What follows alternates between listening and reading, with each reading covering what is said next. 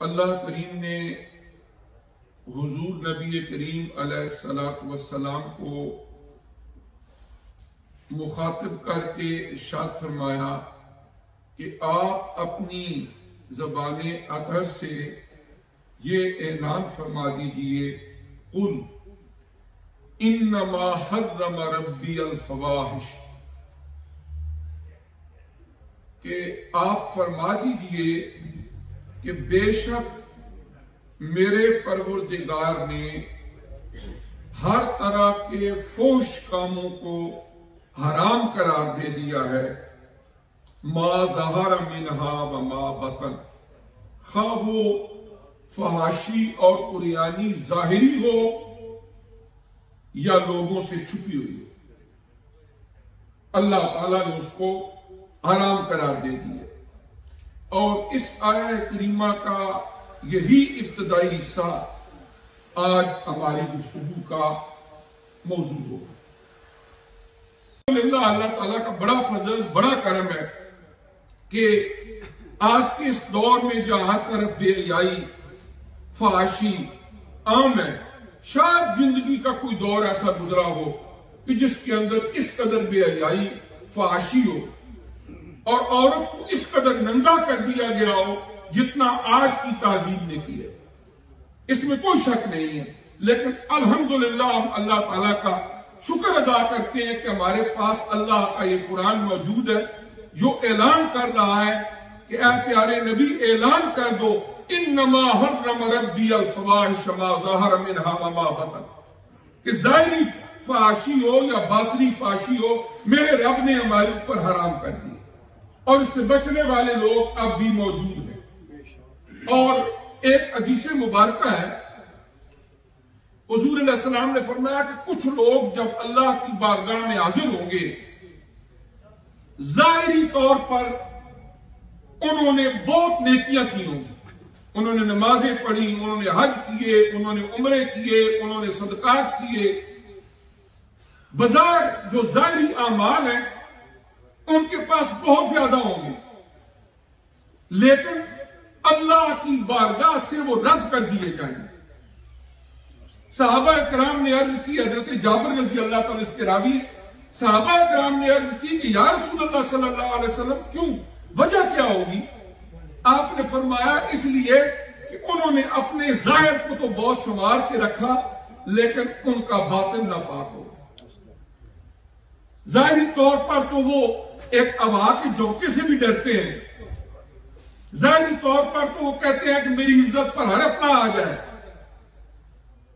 اپنے کپڑے کو چھوٹا سا داغ نہیں لگنے دیتے کہ لوگ کیا کہیں گے اس کے کپڑے کو داغ لگا ہوا ہے، لیکن جب وہ تنہائی میں ہوتے ہیں اس وقت انہیں یہ تصور نہیں ہوتا کہ جس رب کو میں مانتا ہوں وہ میرے ساتھ ہے، وہ مجھے دیکھنے والا ہے، وہ مجھے سننے والا ہے، اور عنقریب وہ وقت آئے گا کہ اس کی بارگاہ میں نے حاضر ہونا ہے اور اپنے ہر ظاہر و باطن کے کیے ہوئے عمل پر جواب دے ہونا۔ فرمایا اس وجہ سے ان کے عملوں کو رد کر دیا جائے۔ اسلام میں جو پاکیزگی کا تصور ہے اور جو تزکیہ کا تصور ہے وہ صرف ظاہری طور پر ذکر کی ضربیں لگانا نہیں ہے۔ اسلام کے اندر اصل تزکیہ وہ ہے جس کو تقویٰ کہا جاتا ہے، دل کی پاکیزگی، کہ بندے کے اندر اتنی پاکیزگی آ جائے کہ وہ اکیلا بھی ہو تو وہ یہ نہ سمجھے میں اکیلا ہوں، اللہ کے قرآن کی آیات کے مطابق وہ یہ سمجھے کہ میرا رب میری شاہرگ سے بھی قریب ہے، وہ میرے ساتھ ہے، وہ مجھے دیکھ بھی رہا ہے، مجھے سن بھی رہا ہے۔ اس دنیا کے اندر جتنی سیکیورٹی ایجنسی، آپ پولیس، سیکیورٹی کیمرہ، کسی برائی سے بچنے کے لیے جو مرضی ہے انتظام کر لو، لیکن پھر بھی اس دھرتی کے اوپر ایسے گوشے بندہ ڈھونڈ لیتا ہے جہاں پر کوئی کیمرہ نہیں ہوتا، جہاں پر کوئی سیکیورٹی ایجنسی کا فرق نہیں ہوتا، جہاں پر کسی پولیس کی دسترس نہیں ہوتی۔ اس وقت تم کیا کرو؟ بے شمار ایسے جرائم ہوتے ہیں، بے بس ہو جاتی ہے ساری سیکورٹی ایجنسیاں، پتہ ہی نہیں چلتا کون کیا کر گیا۔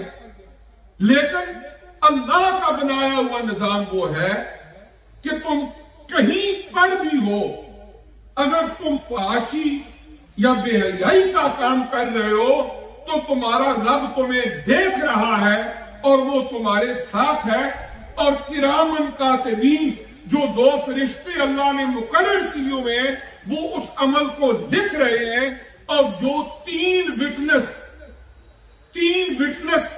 قرآن پاک کی سورہ یاسین کے مطابق 3 وٹنس تمہارے ساتھ ہیں۔ وہ کون ہے وٹنس؟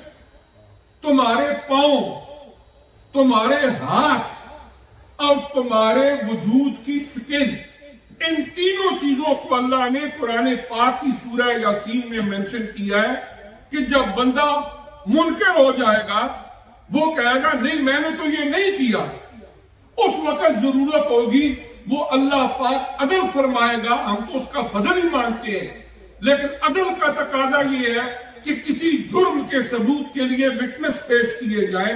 قرآن فرماتا ہے اس وقت 3 وٹنس کھڑے ہو جائیں گے، ہاتھ کہیں گے یہ جھوٹ بولتا ہے، میں گواہ ہوں اس نے برائی کی ہے، پاؤں کہیں گے ہم گواہ ہیں کہ یہ پیدل چل کے ہمارے ساتھ وہاں پر گیا تھا، اور وجود کی سکن جس کو اچھے سے اچھے ہم شیمپو اچھے سے اچھی چیزوں کے ساتھ دھوتے ہیں کہ یہ میری ہے، یہ تو اللہ کی سیکرٹ سروس کا حصہ ہے، تمہاری نہیں ہے۔ اصل انسان تو کچھ اور ہے۔ جب آدمی کی موت واقع ہوتی ہے اس وقت پتہ چلتا ہے اصل انسان کیا ہے۔ یہ ڈھانچہ تو ماں بھی کہتی ہے جلدی دفن کر دو، باپ بھی کہتا ہے جلدی دفن کر دو، اصل انسان اس وجود سے نکال کے یا اعلیٰ علیین میں پہنچ جاتا ہے یا سجین میں پہنچ جاتا ہے قرآن پاک کی آیات کے مطابق۔ تو انسان دنیا کے اندر رہتے ہوئے پاکیزہ زندگی گزارنا، اس میں جو لطف ہے، جو سکون ہے، جو اطمینان ہے، وہ بے حیائی فحاشی والی زندگی میں نہیں۔ اور مزے کی بات یہ ہے کہ ہمارا دین اسلام پریکٹیکل نیچرل دین ہے۔ جب ایک موقع پر مفتی محمد حسین صاحب نیمی رحمت اللہ علیہ ایک نکاح کا موقع تھا، اور ہمارے بہت بزرگ تھے لاہور میں، ان کا سال ہو گیا، وہاں انہوں نے ایک چھوٹی سپیچ کی تھی، بہت عرصہ پہلے کی بات ہے، انہوں نے 3 منٹ کی سپیچ کی، اس کا ایک حصہ مجھے اب بھی یاد ہے۔ انہوں نے فرمایا کہ اللہ تعالیٰ نے ہمارے اندر جتنی ڈیزائرز رکھی ہیں، اسلام کی خوبی یہ ہے کہ کسی ایک ڈیزائر کے سامنے بھی بند نہیں بنا۔ اگر اللہ نے ہمارے اندر ایک جذبہ رکھا ہے انسان کے اندر محبت کا، یہ نہیں فرمایا کہ محبت کرنا حرام ہے، بلکہ اس کو صحیح ڈائریکشن دے دی۔ آپ جب گھر جاتے ہیں، اپنے نواسے، نواسیاں، پوتے، والدین، بچے، اہلیہ، آپ کے لیے بے شمار ایک فیلڈ ہے جس کے اندر آپ اظہار محبت کر سکتے ہیں، لیکن جو برائی کی طرف یہ جاتا تھا رستہ، اس کو بند کر دیا، اور آج کل محبت کا لفظ بدنام اس برائی کے نام پہ ہو رہا ہے، حالانکہ وہ محبت ہے ہی نہیں۔ قرآن تو فرماتا ہے شد حبا للہ، اہل ایمان وہ ہے جو ٹوٹ کے اللہ سے محبت کرتے ہیں، اور آج کے اس بدنام زمانے نے اس محبت کو بھی بدنام کر کے رکھ دیا ہے۔ یعنی جہاں پر گناہ، برائی اور زنا ہوتا ہے وہاں آئی لو یو استعمال ہوتا ہے، جبکہ قرآن پاک نے محبت کا لفظ بار بار استعمال کیا ہے۔ یہ تو ایک پاکیزہ جذبے کا نام، برائی کا نام نہیں ہے، وہاں پر تو اس کو استعمال کرنا اس کی انسلٹ ہے۔ تو بات یہ ہے کہ انہوں نے فرمایا کہ اللہ تعالیٰ نے جتنی ڈیزائر ہمارے اندر رکھی ہیں، اگر اللہ نے محبت کا وصف رکھا ہے تو اس کی ڈائریکشن درست کر دی کہ تم کرو محبت، اللہ سے کرو، اللہ کے نبی سے کرو، اپنی اہلیہ سے کرو، بچوں سے کرو، نواسیوں سے کرو، اللہ کی مخلوق سے کرو، غریبوں سے کرو، یتیموں سے کرو، ان کے ساتھ ہیلپ آؤٹ کرو، یہ سارے محبت کا میدان ہے جس کی حد ہی کوئی نہیں. اللہ کے قرآن سے محبت کرو، اس کی تلاوت کیا کرو، اس جذبے کے سامنے بد نہیں بن. اگر نفرت کا جذبہ موجود ہے تو گناہ سے نفرت کرو، برائی سے نفرت کرو. اگر اللہ تعالیٰ نے ہمارے اوپر بھوک کی خواہش رکھی ہے، ہمیں بھوک لگتی ہے، تو بند نہیں باندھا. رمضان المبارک میں تربیت کے طور پر 1 مہینہ ہمارے اوپر دن کے وقت ریسٹرکشن ہوتی ہیں. اس کے علاوہ صرف 2 شرطیں لگا دی، ایک حلال ہو، ایک طیب ہو. جو دل کرتا ہے کھاؤ، وہ چکن چپس ہے، پیزا ہے، پیری پیری ہے، کوئی اور نئی ایجاد آ جائے گی، نو وری. لیکن 2 چیزیں ہونی چاہیے. شرط کیا ہے؟ ایک کیا ہے؟ طیب ہو، اور ایک کیا ہے؟ حلال ہو. چھوٹی سی مثال، مرغی کیا ہے؟ حلال ہے، اور محلے دار کی پکڑ کے بندہ ذبح کر لے، وہ کہے مرغی تو حلال ہے. نو ڈاؤٹ مرغی تو حلال ہے، لیکن ہمارے کرتوت نے اس کو طیب نہیں رہنے دیا. تو اس کے لیے ہے کہ اسی طرح اللہ نے ہمارے اندر جنسی خواہش پیدا کی. اب ہمارے پیارے نبی صلی اللہ علیہ وآلہ وسلم نے خود شادیاں کی. فرمایا النکاح من سنتی ومن رغب عن سنتی فلیس منی، کہ نکاح کرنا میری سنت ہے، جو کوئی بندہ اس سے دور رکھتا ہے اس کا میرے سے کوئی تعلق نہیں.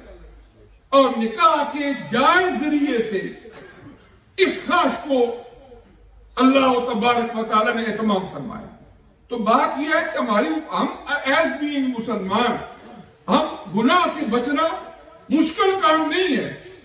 صرف اتنی بات ہے کہ جو بے احتیاطی ہیں ان کا علاج کیا جائے، اور جب بچے بچیاں جوان ہو جائیں ان کی شادیوں کا اہتمام کیا جائے، اور نکاح کے ذریعے برائی کو ختم کیا جا سکتا ہے. جس معاشرے کے اندر نکاح کرنا جتنا مشکل ہو جائے گا، زنا اتنا ہی عام ہو جائے گا. اور الحمدللہ فحاشی برائی سے بچنے کے لیے ہمیں اللہ تبارک و تعالی نے حضور نبی کریم علیہ السلام کی سیرت طیبہ کے اندر وہ نقوش، وہ اللہ کریم نے ہدایت عطا فرمائی ہے کہ اس کے مطابق عمل کر لیا جائے.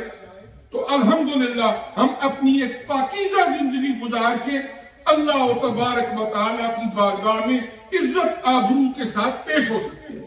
ہر دور کے اندر کوئی نہ کوئی اللہ تعالیٰ کی آزمائش ہوتی ہے. مثلا آپ دیکھیں کہ اللہ تبارک و تعالیٰ نے صحابہ کرام رضوان اللہ تعالی علیہم اجمعین کی ایک آزمائش فرمائی. قرآن میں ہے، وہ شکار کیا کرتے تھے، شکار کے بڑے شوقین تھے. فرمایا جس وقت تم احرام کی حالت میں ہو تم نے کوئی شکار نہیں کرنا، اور شکار کے جانوروں کو کہا کہ تم ان کے قریب چلے جاؤ.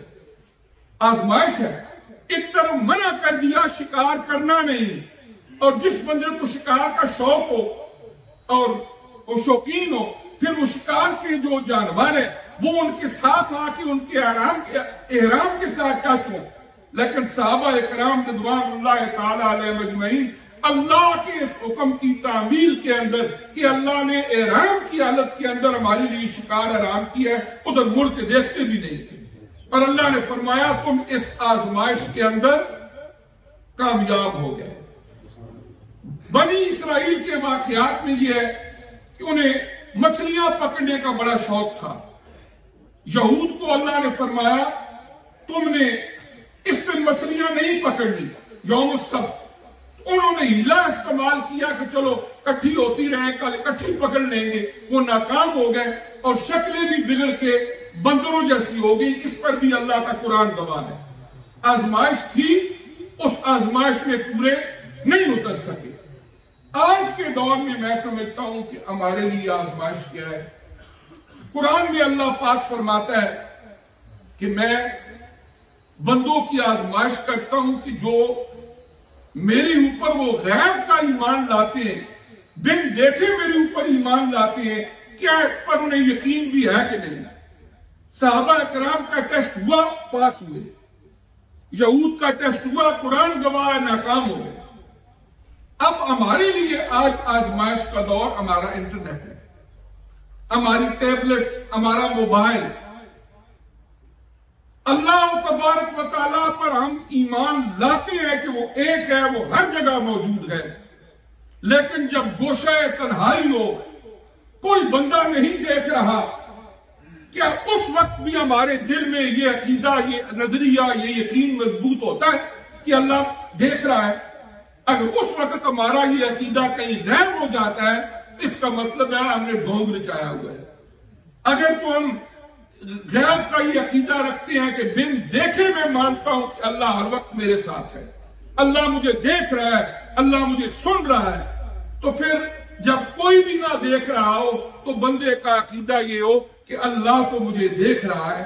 اور یہی وہ ٹیسٹ ہے جو اللہ پاک آج کے دور میں ہم سے لینا چاہتا ہے، اور اللہ کرے کہ ہم اس میں کامیاب ہوں۔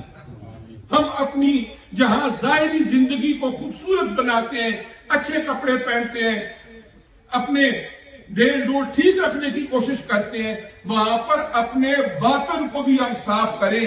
جس طرح آغاز میں نے حدیث مبارکہ عرض کی، کہیں ایسا نہ ہو کہ ہمارے ظاہری طور پر یہ سارے اعمال کل بروز قیامت ہمارے منہ پر دے مارے جائیں۔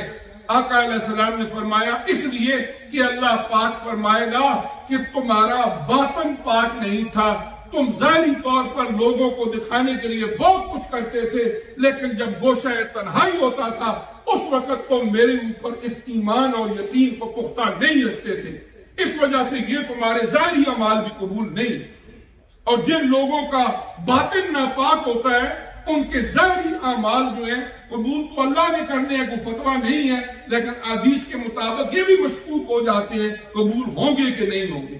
تو ہر بندے نے اپنی قبر میں جانا ہے، اپنے معاملات کا اللہ کے یہاں جواب دینا ہے، تو لہذا جہاں ہم اپنی ظاہری زندگی کو صاف ستھرا رکھنے کی کوشش کرتے ہیں، وہاں ہم اپنی اس زندگی کو بھی صاف ستھرا رکھیں جہاں پر کوئی بھی نہیں ہے اور ہمارے پاس انٹرنیٹ ہے، ہمارے پاس موبائل ہے، ہمارے پاس ٹیبلٹ ہے، ہمارے پاس کوئی اس طرح کی چیز ہے کہ وہ اس کے اندر فحاشی، گندگی، برائی ہے، اور ہم وہاں پر اللہ تعالیٰ سے ڈریں کہ اللہ مجھے دیکھ رہا ہے، اور اس کا گناہ فحاشی کا اللہ پاک نے فرمایا ظاہری ہو یا باطنی ہو اللہ نے اس کو حرام کیا ہے۔ اور جب بندہ حرام کا ارتکاب کرتا ہے تو دل پر سیاہ داغ لگتے ہیں، پھر ایک وقت وہ آتا ہے کہ دل سیاہ ہو جاتا ہے، پھر اس کے بعد بسا اوقات انسان کے اندر سے صلاحیت ہی سلب کر لی جاتی ہے وہ نیکی کی طرف آئے، کبھی کبھی ختم اللہ علی قلوبہم کی کیفیت پیدا ہو جاتی ہے۔